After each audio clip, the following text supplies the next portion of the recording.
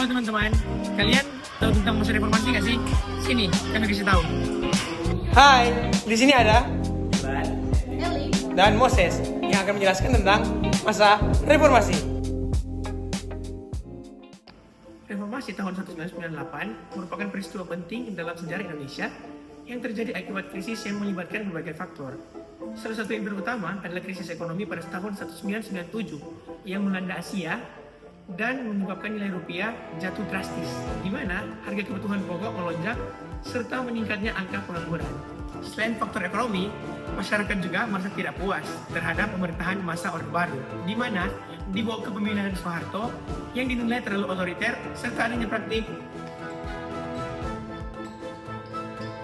KKN, yaitu korupsi, kolusi, dan nepotisme, serta dibatasinya kebebasan berpendapat dan pers. Kondisi tersebut yang mendorong mahasiswa dan berbagai elemen masyarakat untuk menuntut perubahan dalam sistem pemerintahan menuju sistem pemerintahan yang lebih demokratis. Berikut merupakan kronologi peristiwa reformasi. Awal mula tekanan dimulai pada bulan Maret hingga April tahun 1998, di mana setelah pelantikan Soeharto untuk periode yang ke-7 pada tanggal 11 Maret. Protes peristiwa terus menguat. Puncaknya pada tanggal 1 hingga 2 Mei, di mana pernyataan kontroversial Soeharto tentang waktu dimulainya reformasi semakin memicu kemarahan, terutama setelah kenaikan BBM. Puncaknya terjadi pada bulan Mei 1998, yang dimana terjadilah tragedi Trisakti pada tanggal 12. 4 mahasiswa Universitas Trisakti, yaitu Elang Mulia Lesmana, Heri Hertanto, dan Hafidin Royan, serta Hendriawan Sie, tewas tertembak dalam demonstrasi damai. Peristiwa ini menyulut kemarahan nasional. Lalu, kerusuhan Mei pada tanggal 13 hingga 15 Mei. Kemarahan masyarakat meledak menjadi kerusuhan sosial terbesar di Jakarta dan Solo. Pusat pembelanjaan dirusak dan dibakar, serta terjadi kekerasan berlatar belakang etnis. Sekitar 500 orang meninggal dalam kebakaran selama kerusuhan. Lalu, pendudukan gedung DPR dan MPR pada tanggal 19 hingga 20 Mei. Ribuan mahasiswa berhasil menguasai gedung DPR dan MPR, melumpuhkan proses politik nasional. Di sisi lain, upaya Soeharto untuk membuat komite reformasi ditolak oleh publik.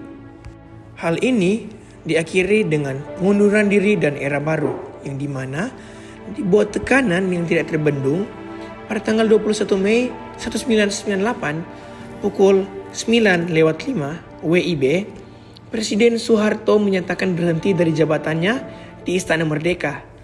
Kekuasaan langsung diserahkan kepada Wakil Presiden B.J. Habibie, yang kemudian disumpah menjadi Presiden RI ketiga. Peristiwa ini menandai tumbangnya rezim Orde Baru yang telah berkuasa selama 32 tahun dan menjadi pintu gerbang menuju era reformasi. Pasca reformasi, salah satu agenda paling fundamental yang dilakukan adalah perubahan sistem pemerintahan, yang dimana hal ini diwujudkan melalui amandemen Undang-Undang Dasar 1945 yang dilakukan sebanyak 4 kali dalam kurun waktu 1999 hingga 2002. Amandemen ini tidak hanya sekedar menambah pasal, tetapi secara signifikan mengubah struktur ketatanegaraan Indonesia dari sistem yang cenderung berpusat kepada kekuasaan eksekutif, yaitu presidensial dan sentralistik, menjadi sistem demokrasi yang lebih terbuka, seimbang, dan partisipatif. Perubahan utamanya adalah pertama, pembatasan kekuasaan presiden, di mana masa jabatan sebelum reformasi, presiden dapat dipilih kembali secara terus-menerus tanpa batasan waktu. Amandemen Undang-Undang 1945 membatasi masa jabatan presiden dan wakil presiden maksimal hanya untuk 2 periode, baik berturut-turut maupun tidak. Hal ini untuk mencegah terjadinya penyalahgunaan kekuasaan dan menguatnya kembali otoritarianisme. Kedua, penerapan mekanisme check and balance.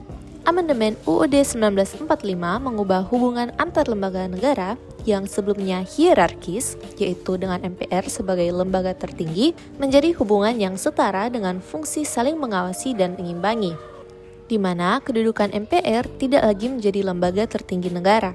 Kedudukannya sejajar dengan lembaga negara lainnya seperti Presiden, DPR, DPD, MA, MK, dan KY. Kemudian, Dewan Perwakilan Rakyat atau DPR memperoleh fungsi legislasi, anggaran, dan pengawasan yang lebih kuat, termasuk dalam pemberian persetujuan terhadap peraturan pemerintah pengganti undang-undang dan pengisian jabatan publik tertentu. Dan yang terakhir adalah demokrasi elektoral dan otonomi daerah, di mana sejak tahun 2004, presiden dan wakil presiden dipilih secara langsung oleh rakyat.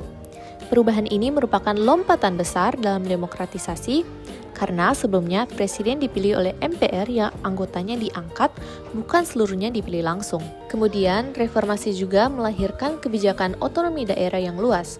Pemerintah daerah baik provinsi, kabupaten, atau kota diberikan kewenangan yang lebih besar untuk mengatur dan mengurus urusan pemerintahannya sendiri, kecuali urusan tertentu yang menjadi kewenangan pusat, seperti politik luar negeri, pertahanan, keamanan, moneter, dan agama. Setelah reformasi 1998, berbagai kebijakan pemerintahan mengalami perubahan signifikan, terutama dalam bidang politik, hukum, dan ekonomi. Pemerintah mulai menerapkan sistem demokrasi yang lebih terbuka, memperluas kebebasan pers, serta memberikan ruang partisipasi politik yang lebih luas bagi masyarakat. Kebijakan otonomi daerah juga diterapkan untuk mengurangi sentralisasi kekuasaan dan memberikan kewenangan lebih besar kepada pemerintah daerah untuk mengelola wilayahnya masing-masing.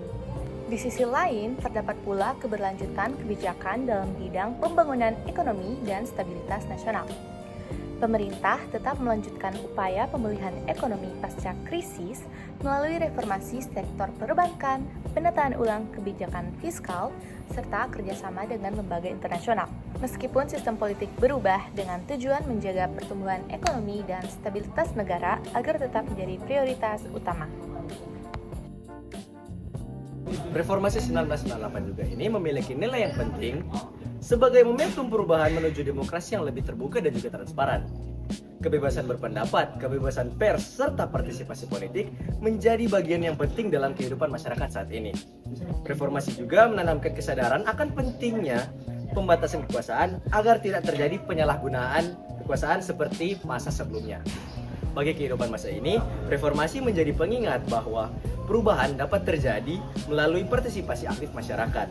Semangat reformasi mendorong generasi sekarang untuk terus menjaga demokrasi, menegakkan hukum, serta mengawasi jalannya pemerintahan agar tetap sesuai dengan prinsip keadilan dan juga kepentingan rakyat. Pada masa reformasi tahun 1998, ada beberapa lembaga yang bekerja pada masa itu, yaitu DPR dan juga MPR. DPR sendiri didasari oleh Undang-Undang Dasar dari pasal 19 hingga pasal 22B dalam Undang-Undang Dasar 1945. Kedua adalah MPR yang dimana didasari oleh Undang-Undang Dasar dari pasal 2 dan juga pasal 3 hasil amandemen, yang dimana MPR sendiri terdiri dari anggota DPR dan juga DPD. Apa sih fungsi DPR sama MPR? Jadi, DPR pada masa reformasi memiliki posisi yang lebih kuat dibandingkan pada masa Orde Baru. DPR dapat menggunakan hak interpelasi, hak angket, dan hak menyatakan pendapat yang memperkuat sistem check and balance terhadap presiden. Dalam praktik, DPR juga berperan dalam pembentukan undang-undang penting seperti UU Pemilu, UU KPK, dan juga UU Desa. DPR juga membahas APBN setiap tahun untuk menentukan arah pembangunan nasional. Kemudian MPR. MPR pada masa reformasi mengalami perubahan yang besar. Sebelum reformasi, MPR merupakan lembaga tertinggi negara yang dapat memilih dan memberhentikan presiden. Setelah amandemen Undang-Undang Dasar 1945, MPR menjadi lembaga tinggi negara yang setara dengan lembaga lain. Peran utama MPR sendiri sekarang yaitu adalah untuk mengubah dan juga menetapkan Undang-Undang Dasar.